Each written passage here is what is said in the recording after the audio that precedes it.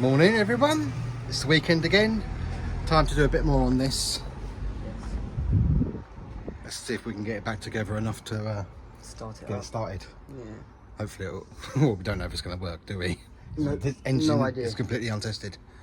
But the engine's in and most of it's connected back up, for, as you've seen in the last video.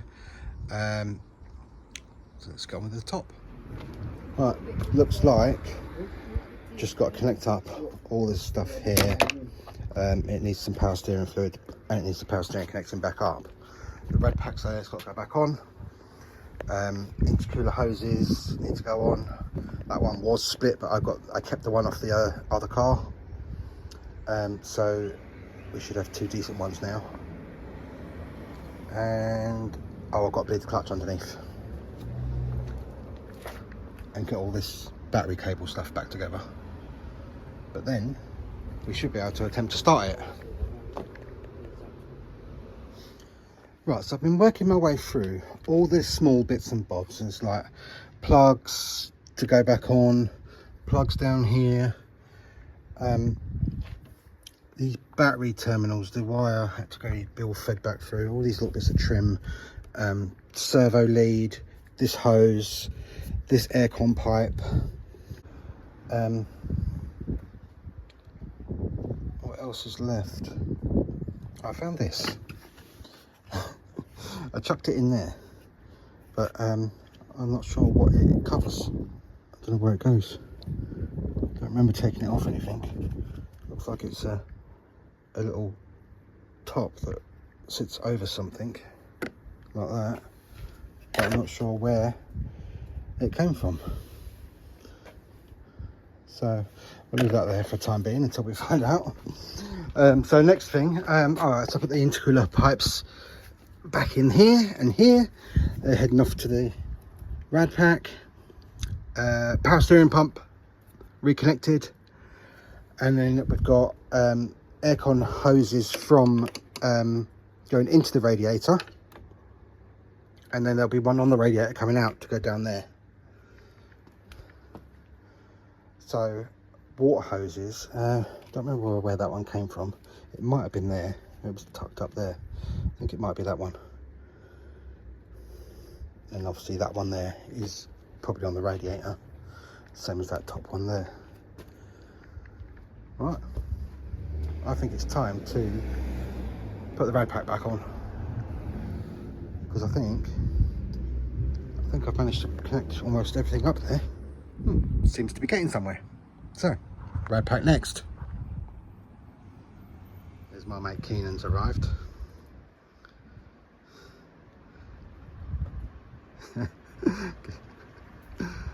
Where you been?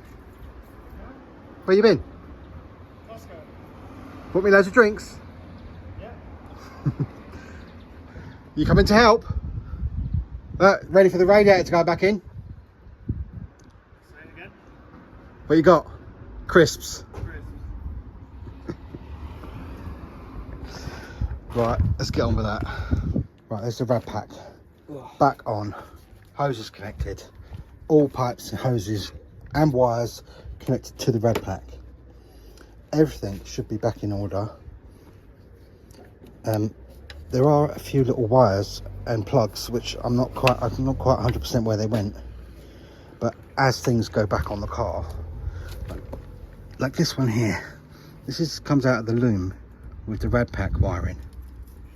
I'm not 100% where that one went. I know what these ones are.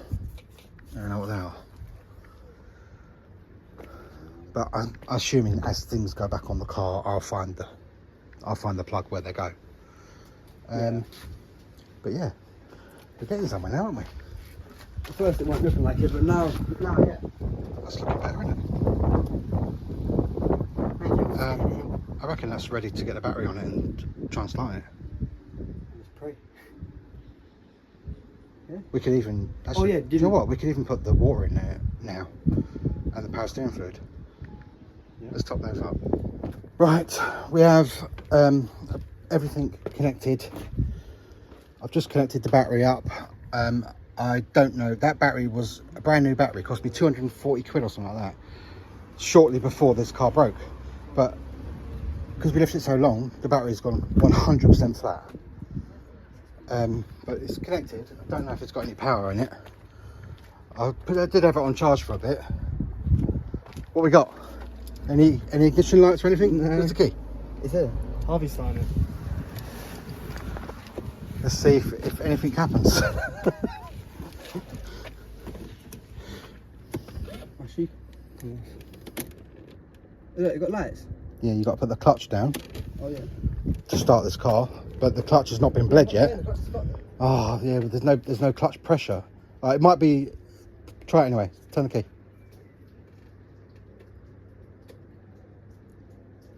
It's not going to do it, is it? Without a... Yeah. I think.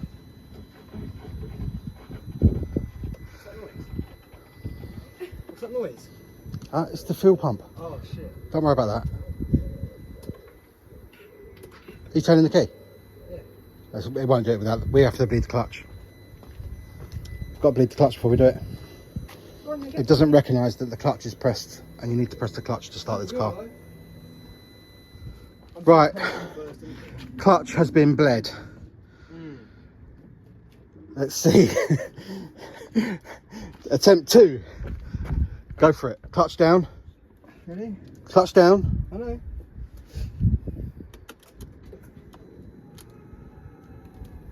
Nothing.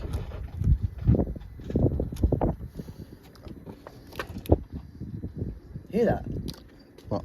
I don't know. Just hold the clutch down.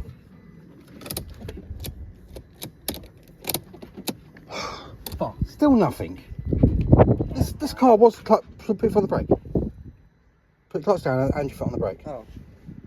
You don't know which way it started, do you? I can't remember. Can't remember. When it break? No, it's clutch. It's clutch on this car. No. Oh, here we go. Still didn't. It did make a noise. Yeah, but it's not. No idea what it is. Yeah, I'll plug the diagnostics in. Maybe it needs. It tastes. Maybe it needs some shit clearing. Okay, so we're still not got it started. Let's back to the drawing board. Right, next morning. Car still didn't start. Didn't really get any further last night. It did cross my mind overnight while I was thinking about it.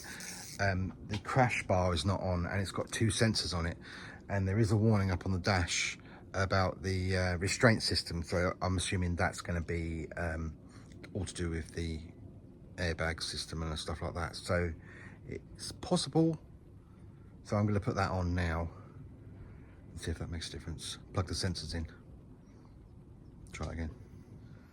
Right, here we are. The crash barrier I've put back on because it did have some plugs going to some sensors down here with the horns. This hose is back on.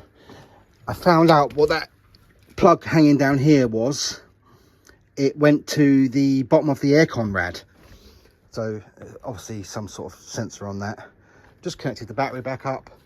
The only other plugs that are left hanging here, I've brought the bumper back through from the back garden and to see what plug holes are on that, and it's definitely everything lined up. So time to see if she's going to turn over. Let's try it. This is my brother Sean. He's popped down to visit me. Oh look, and the rain's coming. Let's see if it starts. The glory part. Yeah, the glory part. Do you want to do the honours? Where's the key? Sean's going to do the honours. Restraint system malfunction from Salt Workshop. I might have to plug the diagnostics in. Clutch down. Turn the key. Nothing. Nothing. Still nothing. Oh, let's get the diagnostics out. So it didn't start, and it's decided to chuck it down with rain.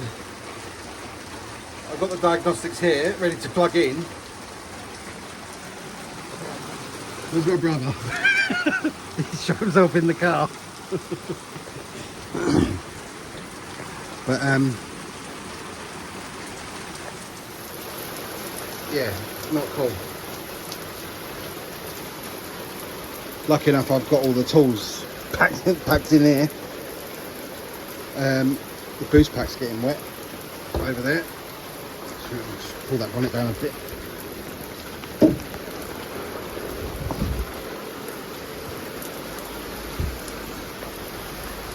Save that boost pack from getting soaked. It's not mine, it's Sean's. Yeah, I think I'm going to wait a minute before I get back under there. Have another look at that. Right, got restraint system malfunction, consult workshop.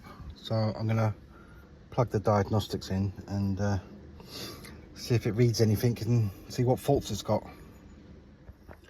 Right, so that top one there, adaptive brakes chassis CAN bus, has got 3 faults on it. This tester reads them one at a time, so I'm going to have to go through them one by one and clear them off and see what comes back, I think. But the next one down is the SRS, so that's got a bit of restraint system. It's being really slow. Let's read the fault codes on that one. Let's see what that says.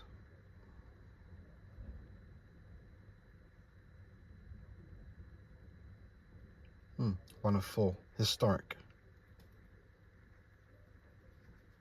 Right, I'm just going to go through them one at a time and have a look, and then I'll just clear everything. Look at this one. The squib for pyro fuse onboard electrical network line has a malfunction. The electrical line have a short circuit to each other. Or a pyro fuse stops the power going to the starter motor. Okay. But why would the pyro fuse have gone? It hasn't had a crash. Great. Well, none of that seems to work at the moment. And the rain's come back.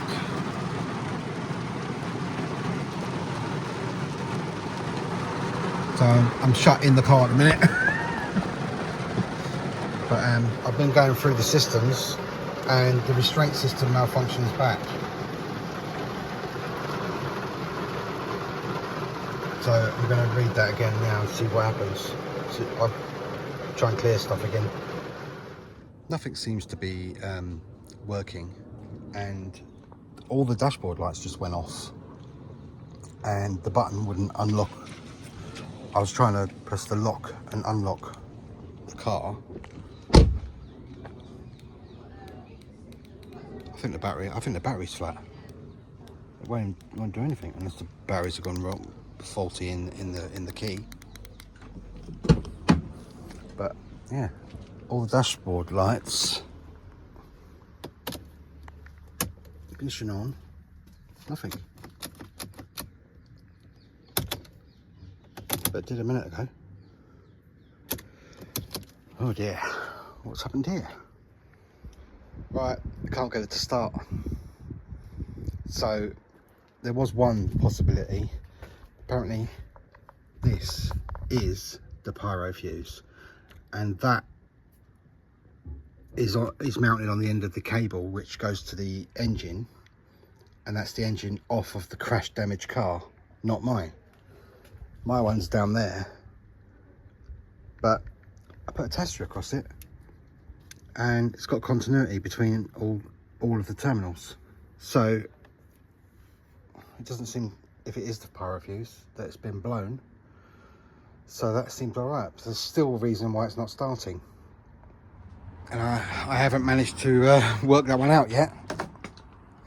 It's acting like the clutch is not down. You know when you have to put the clutch down to start a car, the key does exactly the same whether the clutch is up or down. So I'm wondering if it's not registering that the clutch has been pressed. But either way, I've had enough for today. I'm gonna have to have a think and see if I can come across anything. Right, so where we left off was we'd connected everything up on this, tried tried to start it several times, it wouldn't go. I personally, it's his fault. Yeah. Yeah. Yeah, right. But now what I've done is I've purchased this.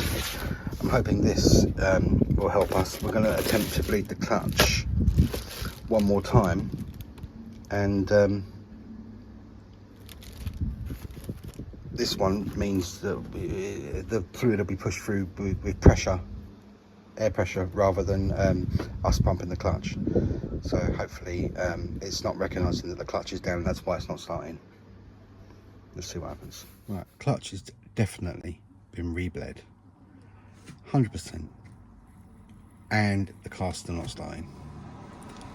Whereas regularly different faults keep coming up, but majority of stuff is saying low voltage, or for some reason saying over voltage. Mainly that restraint system. But I've got the battery had a little bit of charge left in it, and I've got the boost pack on it as well, and it's still not starting. So I'm not quite sure. Morning, guys. Right, so this morning we're back out at the Mercedes. Definitely rebled the clutch, so I'm pretty certain that's right.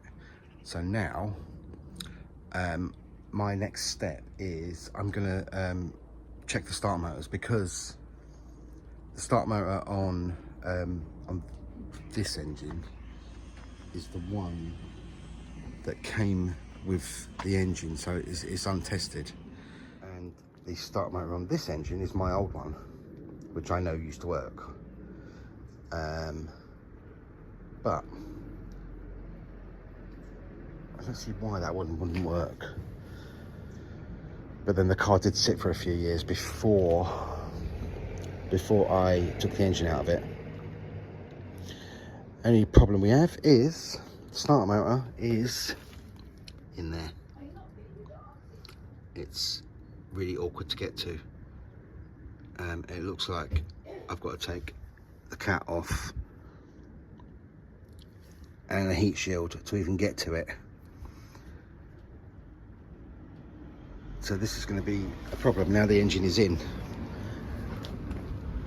Shame I didn't think to test the starter motors before I put it in. Anyway, let's dismantle it off this one first and see, get it off, and then see how difficult it is. Right, got the starter motor off the old engine. It was relatively easy. That had to come off, so take the cat off, unbolt a few bits and bobs that were attaching it to there, then this heat shield and bracket to allow it to come out. But it's going to be a different ball game when we get to the one on the car. Now I've tested this one, and that's the solenoid kicking in, and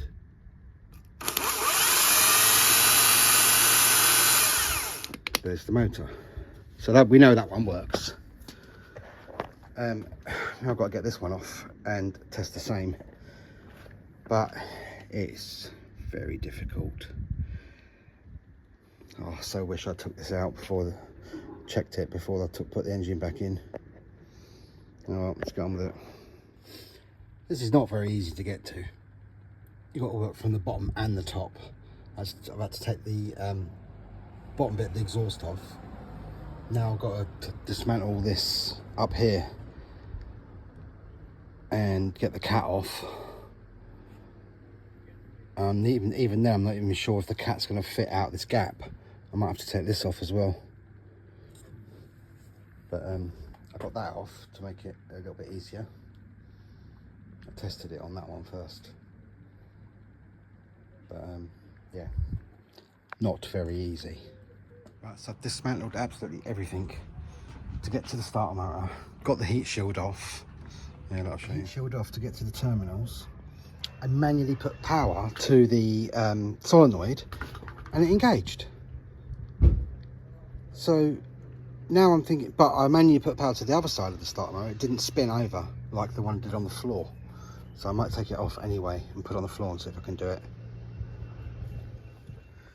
Yeah, so now I'm assuming it's not the starter motor, because if the solenoid is engaging when I manually put power to it, when I turned the key, when it was all connected up properly, the solenoid wasn't clicking. So there's got to be something stopping the key sending the power down to the starter motor. But what? Because all that stuff's on the car and it was working fine before. Right, finally got them both off. And the one on the newer engine looks a bit better actually. And although it wouldn't spin over earlier on, now I've got it and chucked it on the floor, spins over. I reckon it was stuck. The solenoid works on it as well. And it spins over. It weren't doing that a minute ago on the car. Now it does it every time. And it looks in better condition than that one as well. Now I'm stuffed. What do I do? Which one do I put back on? That was so difficult as well. And if it turns out it was just because it was stuck. I did try giving it a whack earlier on to see if it was stuck, but it didn't do anything. But I couldn't access it very good. But it would not spin over when it was on the car earlier on. Now that I've unbolted it and thrown it on the floor, it works. Strange one. Right, it's getting late, but I've managed to put it all back together. Harvey turned up to help me. Yes. We're ready to Test it. give it a try. See what happens.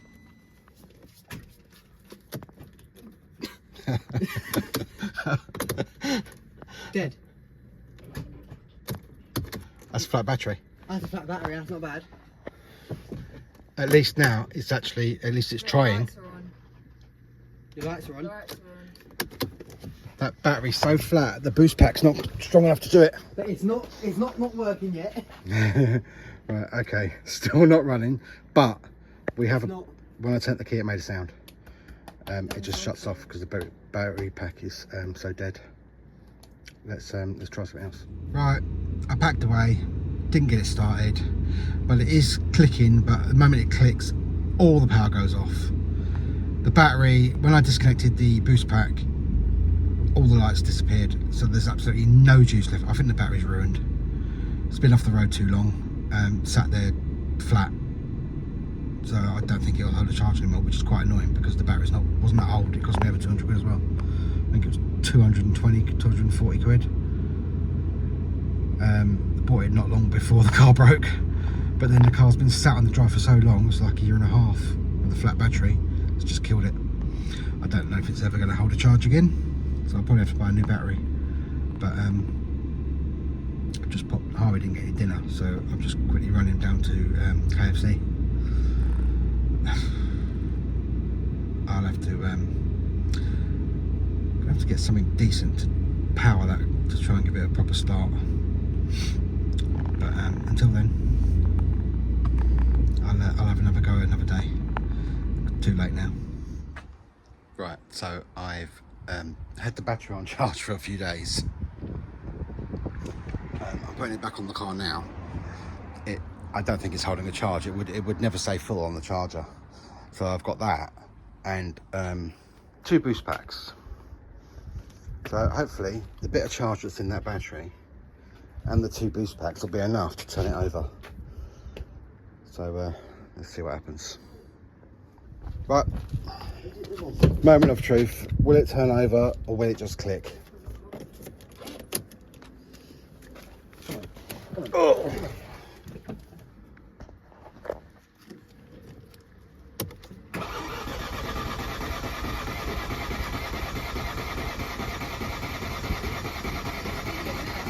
It's turning over. Not firing up though. That's your Mercedes. You bloody did it, Simon. Oh my god, it started. Yes, let's go! No way! At Oh, last, Dad. it's actually running. Oh my god. It doesn't sound perfect, but she's running. Well, actually, that just suddenly sounds better now. I was just about to say it doesn't sound very good, It don't, but it started. but now it's just suddenly settled down. Move it. That's loads better. Move it. Don't give it not too much. Come on. This side.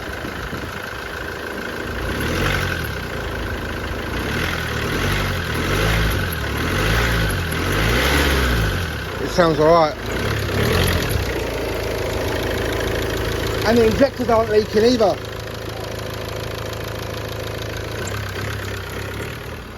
So it seems to be running okay. There's no warning lights on, apart from the stuff for the headlights, which are not connected. But it seems to, I've turned it off and restarted it. That last bit was just literally no power in the batteries. So now that I know that it's running and the engine's okay, I can risk spending the money on the other bits. So I can buy the suspension for it and stuff like that. So yeah, I'm happy. Right, so the engine management light's come on. It says it's the DPF sensor, which I'm not worried about because I've got one on the other engine. So I'll swap those over. The only other thing is it's not running up to temperature. Temperature gauge doesn't seem to be going up. I think it's got an airlock. So I'll run it up, change that and change that DPF sensor. It's really difficult to get to. It's down the back of the engine. So I might have to dismantle a few bits to get to it easier. But the other good thing is that that battery that I had on charge for 3 days seems to be starting the car on its own now. So it may have survived. So that might be a saving. There we go, guys. Right, so I ran it up to temperature. I had an airlock in it. I managed to get rid of the airlock, so I've got heat coming out the blowers inside the car. It sat at the right temperature for about an hour, and I was concerned. I didn't see the fan come on.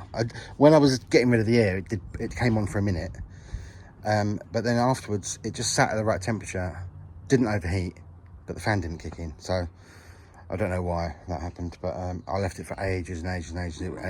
It wouldn't kick in, but it also wouldn't overheat. But also while I was doing that, the engine management light came on. But I plugged it in and it says it is the DPF sensor. And the DPF sensor that's on this car now is the one that came with the engine. I've got one on the other engine, obviously. And yeah, so I've whipped it off of that engine and I'm popping it on here. I know that's a good one because that went faulty on me ages ago. And I replaced it with a new one. So I'm going to fit that one to it now. So I've just stripped that airbox out to get to it. It's really difficult to get to it. It's down the back there. So what I'm planning on doing is undoing this bracket here and then tip it over so I can get to it. Make life a lot easier. Right, let's do that. Right, that made things a bit easier. Tip that bracket all the way forwards. There it is, off. And there's the replacement over there. Oh, that seemed to work just fine. So it's all back together. Sensor changed. Starts on the button. I think until the new bits arrive, all I can do is I could put the headlights back in and the slam panel. Yeah, I think I'll do that next. And the bumper could probably go on actually. I'll just leave the wheel arch covers off for the suspension. Right, there we have it. Headlights, front panel, bumper, all back on correctly. Grille and top plastics just balanced in because I don't like that grille. I am going to, when I order them suspension bits, I'm going to order a new grille. So I've got I'm going to put a nice grill on it. The suspension bits. I've got a lip spoiler for the to go on the boot, just on here. And then we need to decide what we're going to do about wheels, because these wheels are awful. But they need tyres. So if I'm going to spend the money on tyres, maybe I should look into wheels as well, because if a nice set of wheels would really transform the car. But yeah, I don't like that grille. New one incoming. I think I will end the video there until the new stuff arrives. Yep. Okay, thanks for watching. Don't forget to subscribe.